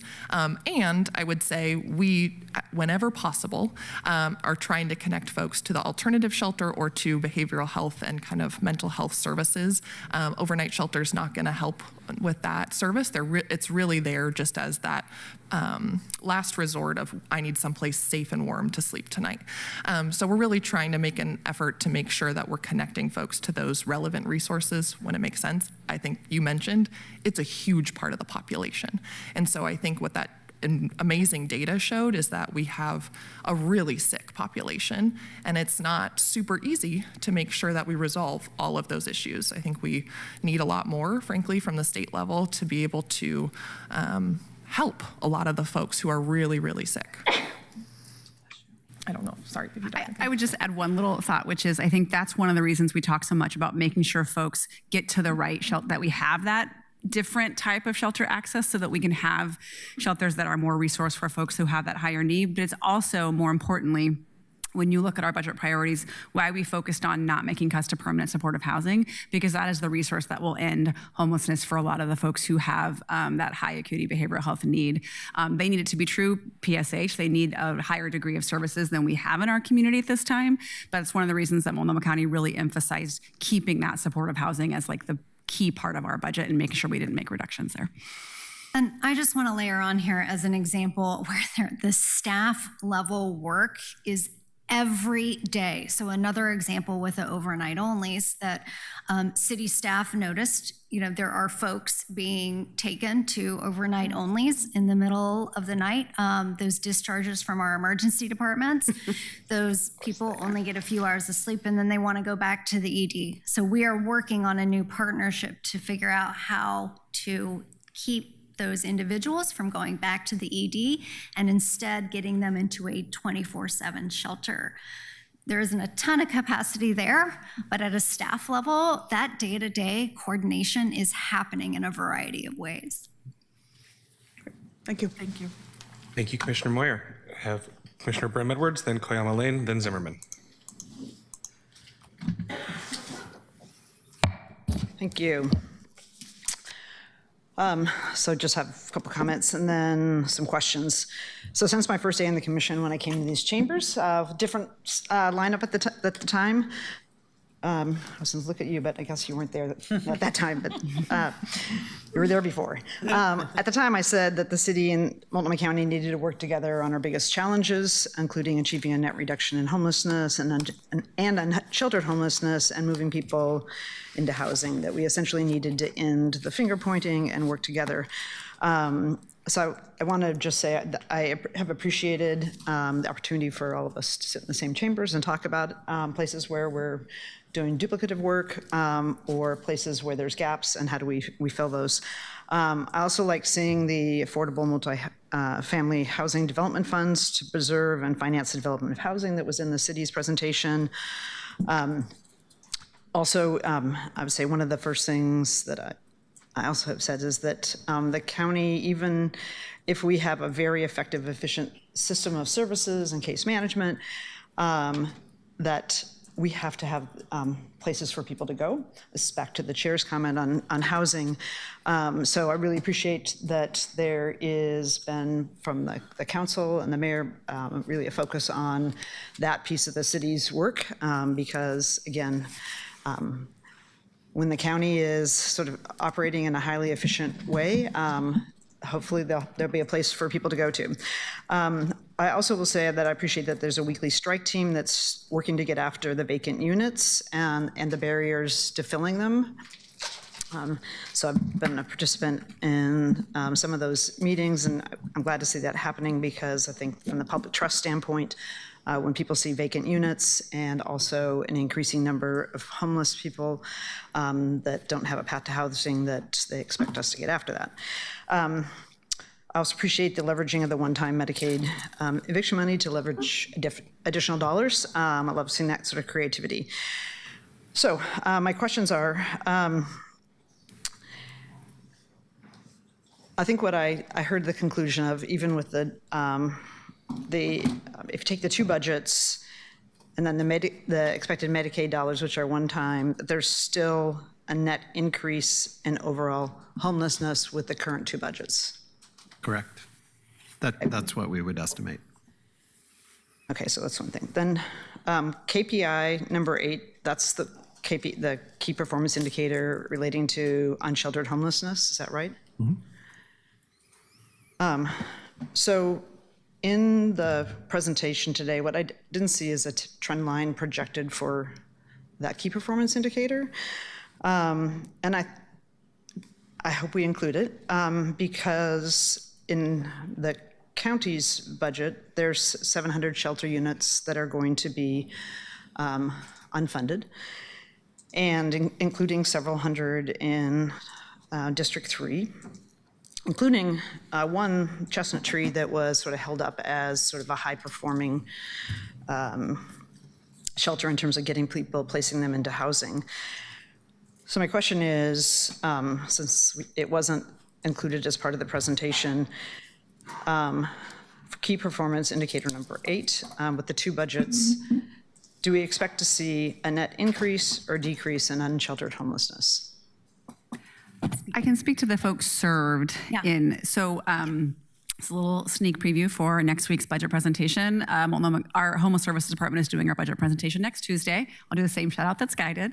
And we did try to estimate not necessarily changes in unsheltered homelessness, but how many folks we think would be served in our shelters based upon where we understand both of our budgets to be. And we are looking at, for next year, given the reductions that we have proposed and our understanding of like the current status of the city proposed reductions, it would be slightly less than who we expect to serve this year, but not like a major decrease in who is served in shelter across the whole year because of the addition of the city shelter units. Okay. I'm less looking at that because I think one of the things with the public when we say we've placed 500 people into housing, implying that we've reduced that number, but when actually the net number, which, I spent 2 years trying to get a dashboard, which we have now, talking about the net number. So what I'm interested in, again, is tracking the key performance indicator, which was set, to understand that as well, because while I think we all agree shelter is not the ultimate destination, it is for many people a safe place off the street, a place to stabilize, a place to get basic services where they have bathrooms, showers, laundry, a place to get food. So I would appreciate if we continue to track that as well, because we can't just track the overall number. I mean, that's not what we agreed to. So I'd appreciate getting, and maybe I'm getting it next week, but I also think this body needs to understand it because it's our joint work. The last question I had is accountability related to Home Forward and the lack of action on their vacant units and executive expenditures, which I think is really straining public trust. I don't know who wants to take that. They should have 2%. I mean, like I'm recalling that this off the everybody top of my head, raises. Commissioner, but based on a variety of things that they've done, they've bought down some rents. They have plugged into our Housing Connector tool to market their units more. They're working with the city on some sort of safety, property management safety issues. My recollection is that from February to March, they saw their vacancy drop by 2%. So the work is happening, they're moving in that direction, and we are all working with them in particularly the meetings that you attend on the city side of the equation to continue to help them. But it's still significantly above what it should be. I mean, 11% is still, Yes. I don't know if anybody wants to speak to the accountability. So is that from the city's perspective, is that their accountability, or how's that playing? I will say I will not speak for Director Bonacore, but I do know of a couple pieces that are kind of in play. And I think, as you're aware, the city appoints 5 members of the board, the county appoints 2, Gresham appoints 2. So I think there are discussions about accountability in terms of, board holding folks accountable. I think there are discussions underway right now. So I don't want to speak ahead of them, but I think that's fair to say that there are discussions happening because I think folks are also concerned. Great, thank you very much. Oh, I'm sorry, this is like maybe a presiding officer question. So I don't think we have another quarterly meeting until maybe after the budgets are done. So I'm wondering what the most efficient way, just given sort of all the interconnectedness between the two bodies, how we can have a sort of free flow of information between like the totality, since we're now at a point where the presiding officers and the presiding officer of the county commission and the mayor have proposed their budgets, that it's really now to all of us to sort of make decisions, and it would be helpful to know kind of what the the puts and takes that are happening on either side of the river. Yeah, I'll say that, I personally welcome any future conversation with my county colleagues, and I know all my city council colleagues will as well, and we could even potentially do some smaller group things. To this topic specifically, I'm always trying to defer the work back to our committee structure. So we have a housing and permitting committee, which I think Chair Avalos would be happy to dig into some details, as well as Vice Chair Green. If anybody has any good ideas of ways we can collaborate, I'm all ears. And we will continue to have, well, this body's going to continue to have a series of work sessions like this. I think we have like 100 more. A lot of opportunities for us to hear more about good ideas, and then we are aiming towards the third week of May for amendments. So anytime between then and now, I encourage us all to look for opportunities for collaboration or even public discussion about it. Great, thank you. Absolutely. Councilor Koyama Lane, then Zimmerman, then Canal. Thank you, Council President. I would like to start by appreciating the presentation today. I think it was a really strong and thoughtful framing of the issue. Thank you. I have a couple questions. I think the first question, or at least part of it, was raised earlier, but I'd welcome any additional details or context that can be shared, specifically around the analysis of the cost side of prevention versus response. Specifically, do we have estimates on how the cost of preventing an eviction compares to the downstream cost of providing homeless services to that same household? I do not have an exact number on the front end or the back end, but I can tell you it is much, much more expensive to rehouse an individual once they experience literal homelessness than it is to prevent it in the first spot. But what is hard about all of that, right, is that it is hard, again, how we look at inflow versus outflow. Outflow is one-to-one, easy to track, easy to measure. Like, we know the person moves off of our by name list and into an apartment, right? That is easy to track, measure, cost out. Again, on the eviction prevention, you can't say it's one-to-one. I can't say for every person that DCHS or the Portland Housing Bureau provides eviction prevention services, legal or otherwise, financial assistance, rent assistance, I can't say that that person would have become homeless if not for that investment. So that's what makes it hard. But it is much more expensive. We all know and agree to that. The cost of that person in shelter, other related services, the housing placement, that is much more expensive than just that 3 to 4 months of rent assistance that we give in an eviction prevention program. I feel like Singleton's itching to say something. Yeah, Council President, is that okay? I would love to hear. Absolutely. Thank you. The rent assistance portion is about $5,000 per household in eviction prevention. Right. It's not the same just because they're not analyzing the cost of staff, Right. but it is a cheaper amount on rent assistance for sure. Yep. Thank you.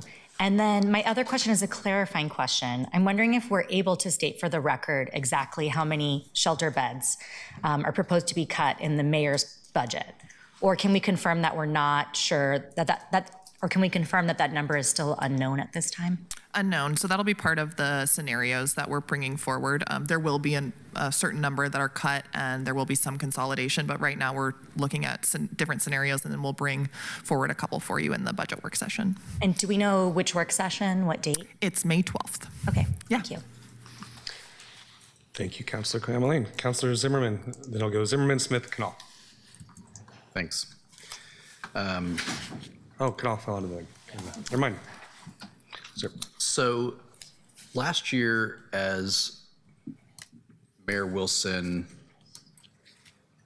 as you described your shelter plan, it was the robust kind of the framing of your first year of your administration. You and I had a conversation that has kind of guided how I've interpreted how your part fits into this joint effort, which is where my support came from. Largely, the county has always engaged in 24-hour shelters, right? And we understood that.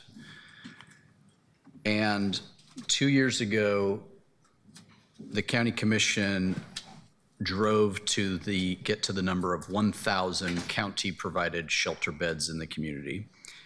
You took office and you put, I think, the last remaining like deep need of a Band-Aid, which is you went with the overnight shelters. And I say that because there was, in my mind, somewhat of a recognition that yes, 24-hour was good, but there was still so much that was not being met based on the number of people who were seeing sleep outside that you went quite tactical with the overnight. That system made sense to me, given that there are challenges that come with that type of a shelter. But now I'm very concerned given the cuts to the county shelters, because I think largely this body still exists, frankly. It kept the city of Portland at the table when the county got up to 1,000 shelter beds being provided. I'm not sure that the county and the city would still have a joint agreement, but for that, in large part. I think that was a signal of the county is going to get into the sheltering business. So given the county's withdrawal 2 budgets later by, I think we just heard 700 out of that 1,000, I guess I begin to wonder, and you've said in your budget documents that the city's no longer going to send its 30 million to the county, and there's some back and forth. So do we truly have a joint agreement anymore? Do we have a joint effort anymore? Or is this kind of moving into performance-based versus an agreement about the types of numbers that we're going to see in terms of funded? Because the city's approach to sheltering has always been kind of secondary to the counties, and I'm seeing a significant change coming there. And I'm just kind of wondering, what is the impact of the what is the impact of the county shelter closures on the overnight program that the city now is administering? It's really to you, Mayor. The budgets are proposed that the chair and I are bringing forward. And to the question I think Commissioner Moyer noted was, what's the change going to be, if you will? Sir, we're going to have to wait and see. And you are right. The HRAP, as it was written, Homeless Response Action Plan, had 2 outcomes, not KPIs, not measurements, but outcomes, which is what we should be striving for. What do we want to achieve? One of them was that the county would add 1,000 new 24/7 shelter beds. The other was that it would reduce 50% of the unsheltered population when the HRAP was designed or developed in June. Forgive me, you can correct me if I'm wrong, but those were 2 specific outcomes that the city of Portland agreed to. Neither of which, if this budget goes forward, will still stand met. And so we're going to have to reevaluate the agreement with the county at that particular time and determine what are the outcomes now necessary to continue that cross-collaboration relationship.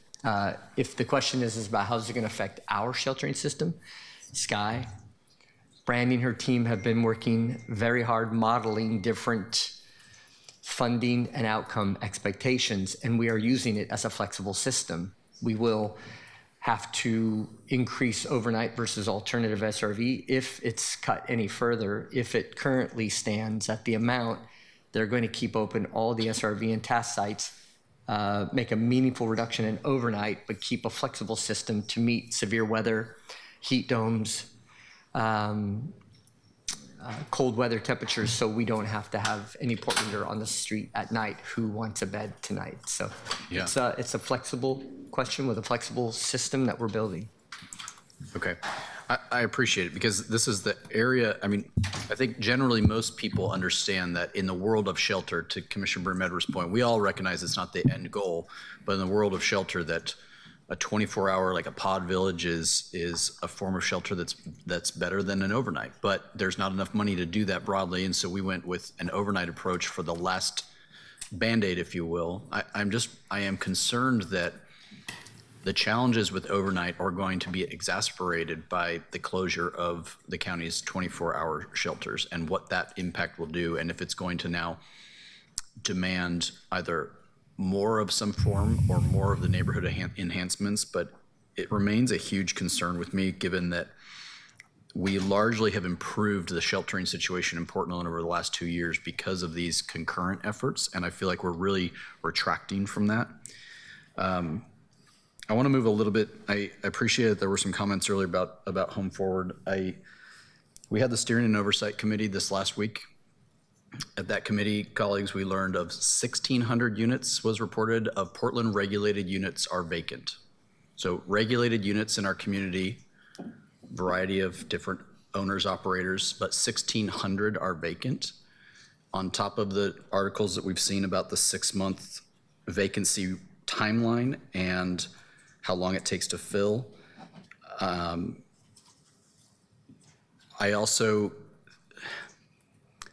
I'm not sure there's much else that we should be talking about, because if we have built units with subsidies to be affordable and we're getting a bevy of excuses about can or can't reduce rent because of a loan situation that investors are involved in, a lot of that really kind of is foul in my mouth. And I have seen zero leadership from the Home Forward executive team or the board on this.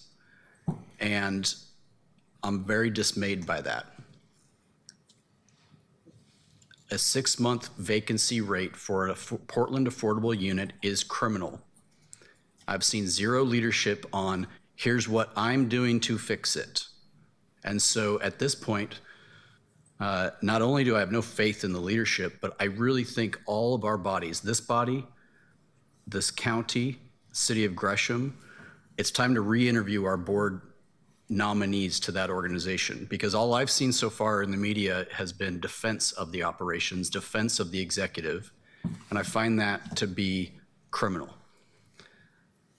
So until we start talking about 6 months moving into 1 or 2 months, and until we start talking about dozens of units instead of 1,600 units that are vacant, the rest of this seems fruitless, because these are available units that were built for members of our community who aren't in them because of a lack of urgency, a lack of creative thinking, a lack of designing their system not to be beholden to a pretty bad loan situation, or lack of trying, a lack of leadership. But I do think it is time, since we have the county commission and we have the city council here in one fell swoop, that we get real serious about the fact that we have this semi-public, private-public entity with its own governing board who uses our money to put people in housing, and they're not meeting the mark. And given our own situations at the City of Portland with the Housing Bureau, I think we have a lot of area that we need to like dig in only on this, right? The shelter part of our continuum, we're spending a lot of time. Skylar and her team are doing well, but I think collectively we need to get on this vacancy piece of it. And I deeply need leadership to come out of the Housing Bureau and Home Forward for a path forward. And so I just say that because I'm starting to bubble over in terms of frustration. And I feel like at this point, Mayor, as a member of the SOC, at this point, Chair, as a member of the SOC, I think we've all given enough time for the situation to develop, and I don't see it developing in a positive direction, and it might take our involvement to right that ship. And I'm looking at board members on here, and I don't know who is going to give leadership to that, but for us, the combined effort of these two bodies. So I offer that up, and I appreciate your presentation. Because I'm in the SOC, I have seen almost all of this already, and so thank you to those that presented. I am going to encourage the members of this joint effort to not accept the non-answer from Home Forward that we've gotten for the last several months. Thanks. Thank you, Councilor Zimmerman. Colleagues, we have about 9 minutes left, and I got 3 folks in the queue, so it's going to go Councilor Smith, Commissioner Singleton, and Chair Vega-Peterson will take us home. Thank you, Council President. Councilor Zimmerman, we were thinking the same thing, because I wanted to find out, do we have a IGA right now? Is it good until 27, June 28? of 2027. Yes. It's good until when? June 30th of 2027. June 30th of 2027. So I think as we're talking about and negotiating what goes into the IGA, that is the platform that we can use to determine if the county is going to do rental assistance, because that's their bailiwick, that's what they actually do. That's their book of business. It has not been our book of business. The only reason why we budgeted those funds was because those were the funds that were unbudgeted, and we decided that we wanted to put those somewhere. What my concern is with those budgeted funds was $9 million. And since we have to create a system, I would like to pass that over to Multnomah County and let you all do it, because that's what you do. You can get that out the door. Like yesterday, I talked to Director Bonacard. He said, we have to create our system, we have to do an RFP, we probably won't even get that out until September of 26. Now that's criminal. For us to have an emergency and to say we wanted to house folks who are being evicted, but yet those funds are not even going to leave the city's coffers until September, October. Why don't we pass those funds over to Multnomah County, because they have relationships, they have contracts with folks who need to get that housing. We're a joint body. We can see that. I'm willing to put an ordinance on the floor, but we need to have that conversation with the leaders who are putting together that IGA. That's a conversation that we need to have like within the next week, because we're not going to be able to house those 1,600 people until we get that money out the door. And that money is being held right here in the 25-26 budget. And what's going to end up happening is it's going to get rolled over to our 26-27 budget, and they're going to slow walk it out. And that is just ridiculous to me. And that's why, the ordinance that I had, I identified Sun School organizations that could get that money out, that they actually do rental assistance. And I think we need to either, stop being territorial, get that money over to Multnomah County, let them get it out the door before June 30th, so these people who are in the balance of being evicted from their homes, that they can get some relief over the summer. Because if we don't get that money out until September, October, what was all this conversation about this last 6 months, 4 months, about, slowing the flow?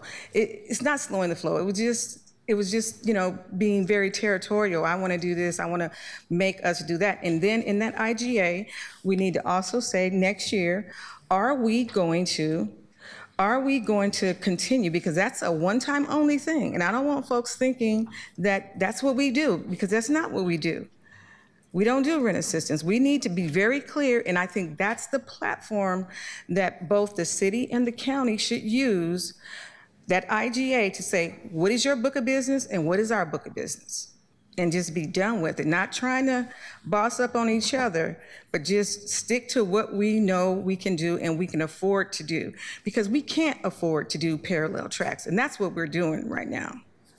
Just add or say we share your commitment to getting these dollars out into the community as soon as possible. And there are different tracks that are possible depending on which pot of money under that $9 million we're referring to. So there's placement out of shelter, there is sort of before facing eviction money, there's long-term, the short-term, and then there's a shelter to housing money that we directed to be funded for 25-26. It does not look like, and I talked to Michael, he can't get it out before June 30th. He told me that specifically, and I'm concerned because we fought for the last 4 months because we were fighting for people who are being evicted right now. And if we can't help those people, those numbers that you're talking about, that we're netting about 600 people, we're going to be netting more than that over the summer. So why don't we just get it out and get it gone and help people today? I mean, I challenge the mayor and the chair to come together to get those dollars out the door. Well, and what I would offer is that the director of Portland Solutions, Housing Bureau, Human Services, and Homeless Services comes together to just talk about how that can work. Right. if you're amenable to that. Because my thing is, no, it's another amendment passed, it's gone, but what it is, I don't want us to not have that conversation when we can get it out the door right now. Yeah. That's what you do. We don't have to have the longer conversation, who's gonna do what, but we do need to get that rental assistance money out the door. Yeah. And it is all tied to also the 10 million in OTO that is in the chair's proposed on the county side of the equation, how that works with the 2 million. It is not just about that one pot of money, like our monies should work together. And I also don't want to have that conversation outside the context of shelter closures. Like, we should never have a shelter conversation solely focused on total number of shelter units available. It should always be directly tied to the amount of housing placement funds in our system. So we are talking about throughput. A shelter bed should not serve one human a year. And when we separate those conversations, that's what happens. That's a big conversation right there, ma'am. We need to have multiple, ideally a minimum of 2, ideally 4 a year for every shelter bed. And we can do the math now to make sure that those pots of money are connected and in talking about that throughput. That's the IGA thing. I'm talking about right now with these people who are being evicted right now. Let's get those folks stabilized. Yes. Okay. Thank you, Councilor Smith. Commissioner Singleton, and then Chair Vega-Peterson. We'll get out of here. I will be fast. I just wanted to say no person on this dais or in the community or over there or any of our providers is happy about shelters closing. But everybody does want that balanced system. And I think it's really important to say out loud that the shelter goals of the original HRAP were an unfunded mandate that were never going to be met because neither entity was putting the dollars in that needed to happen to do that. If they were, it was one-time only dollars with no long-term funding stability plan. I am super frustrated about those previous decisions to use one-time only dollars for ongoing funds and ongoing programs, but this is where we are. And I do think it's critical that we keep that perspective that you were just talking about. Folks have to move through the system and not just be in shelter. I have run a shelter without housing placement assistance. It is not fun for the staff. It is not fun for the people who have to stay there and the people who never get to get into housing. The milieu is so challenging. So we cannot do that to people. We have to keep this system functioning. Thanks. Thank you. And thank you, Councilor or President Duffy. I feel like a little bit of the historian here because except possibly for Councilor Novick, I think I've been here the longest of anyone. And so I really do want to correct the record on a few things that have been said today. First of all, when the joint office was first formed between the city and the county, and Commissioner Smith, I was like, wait a second. Commissioner Smith, you were here when this was all was happening. Yes. And so you were here because I actually was just coming on the board right before the joint office was so the city of Portland was actually putting more money into the homelessness system in Multnomah County than Multnomah County was when the joint office was first formed. So it is disingenuous to say that this is not something that the city has done. The city has probably been invested in it just as long as the county has, and so that is why the joint office was formed to try to deduplicate some of the work that was happening to make it more efficient. The same kind of conversation we're having today. I think it's also it also needs to be stated that the goal that was set for in the original HRAP was that that we needed to increase the number of people that were being sheltered in Multnomah County by 2,699 people. And so the mayor's correct, we did not make that goal. We exceeded it. We met that goal by 125%. So instead of having a total of 18,658 people by the end of 2025, we had housed or sheltered 23,301 people of that. So I just want to make that really clear. There was a lot of work that went into making sure that we were achieving things. It is true that that we are going to be impacted by the shelter beds, and I think Commissioner Singleton, you said it best when you said nobody is happy to see this, but we have to have a functioning system. And I just want to direct everyone's attention to the letter that I sent out to both the Portland City Council and copied my commissioners on yesterday that goes into details about the decisions that are in my budget. You should have all received this yesterday. In there, it includes a a chart of the shelter closings that are planned for the county in 2027.